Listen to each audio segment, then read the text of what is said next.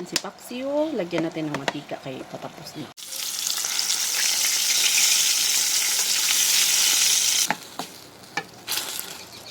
Kaya aking tanghalian, pareho kami ni Bianan, merong pritong isda, paksiw. Hi guys, another video na naman at another luto na naman para sa tanghalian namin ni Bianan dito. So isda pala yung aking lulutuin with alugbati, no? So ngayon guys, so napag-isipan ko na ganitong luto yung pagluto ko sa isda. Ipiprito ko siya, tapos paksiw din. Tapos meron akong alugbati na adobong alugbati. Lami ba yun na?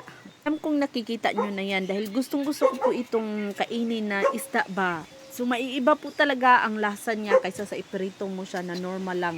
Iba din yun, gusto ko din yun. Pag ito naman guys, iba din naman. Mas more crunchy talaga siya. Kaya nagugustuhan ko talaga siyang kainin. Lalong-lalo na i-partner mo siya sa salad, lettuce, kamatis, pipino. Ay nako, napakasarap. Gusto ko po yan. Minsan naman ginagawa ko is pinapalaman ko siya sa tinapay at nilagyan ko siya ng lettuce, tapos mayonnaise at ketchup. Masarap po. Gusto ng aking mag-ama.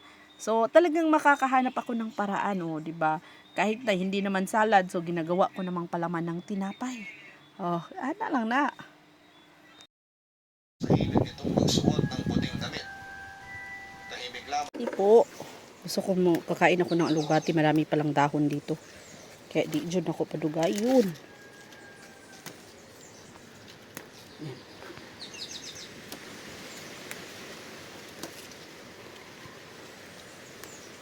Bati, nagtanim na ako ng panibagong alugbati ha. Para talaga may panibagong maharb. Wala pa ko kainin. Dako. Ito kain siya. Lang.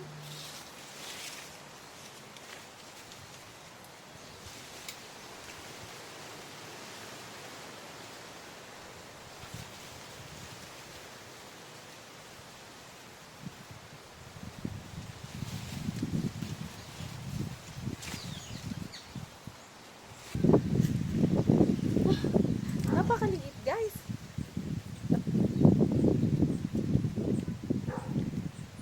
Sobrang ang liit naman. Guys, para lang siyang laruan ha. Ato daw ni abrihan mo.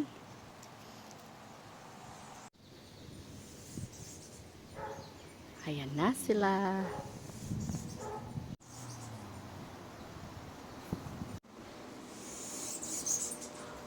Ayan guys, nakakatuwa.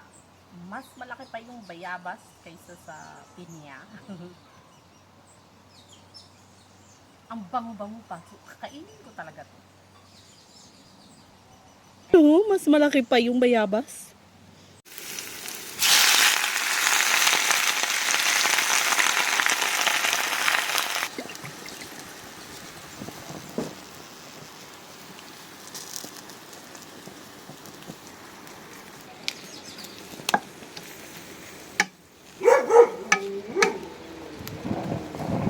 Minsan talaga gustong-gusto ko nang gawin yung sa iba ba nalalagyan ng tugtog ba. Pero meron din akong ano na nakakatakot kasi baka violation na naman ako kasi noon nilalagyan ko violation talaga, kaya ngayon never na talaga akong para wala na talagang problema.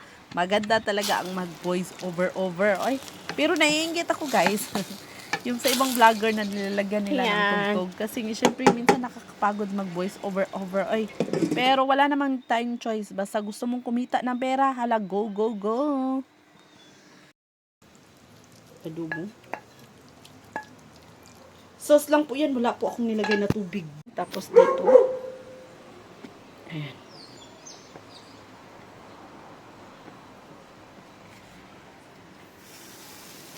Hi.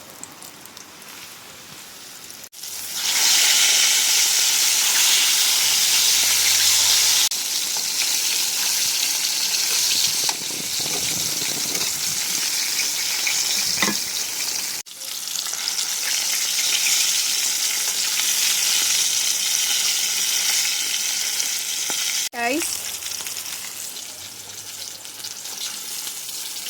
kami na lang biyanan dito. So, kami lang din dalawa ang kakain nito. Siyo na ko guys. Ayan o. Of course, paksiw. Apat lang. Dalawa kami ni biyanan. Wow. Tapos, ang sabaw.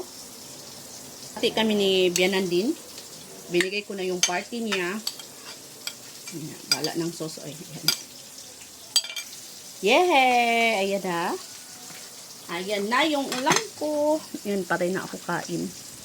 So, guys, ayan na po. Tapos, meron akong sausaw manghang.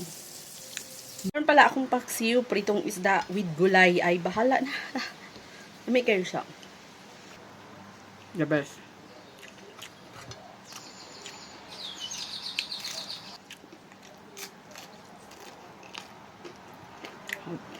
Lami.